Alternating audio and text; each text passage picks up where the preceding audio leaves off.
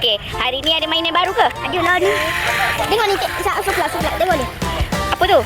Apa nama mainan ni? Itu burger. Ini kau Rami burger dia macam ni. Kakak, apa nama mainan ni? Terangkan.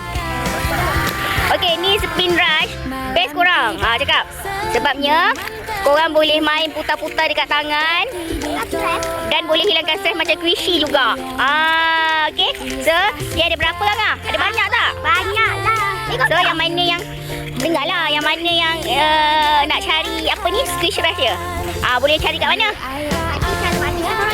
Ada seorang je ada. So, tunjukkan kat mana. Apa yang banyak. Ada warna apa. Tunjuk cepat. Cepat tunjuk. Tengok ni. Mana? Mana tunjuk? Okey. Yang ini kartun. Okey, nama dia Spin Rush.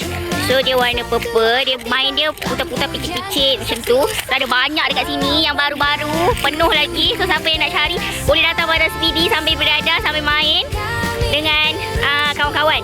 So memang best. Cara main dia macam ni. Tengok. Macam ni, dia asal dia bola, dia boleh berputar. So bila kita picit, dia jadi best sangat lah.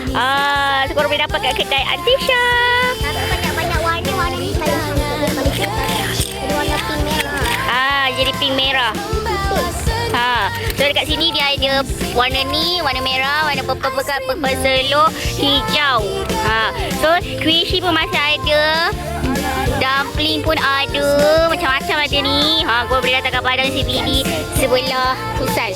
Futsal pula, sebelah bola sepak. Kedai dia belah tepi tau. Kan? Erti keluarga.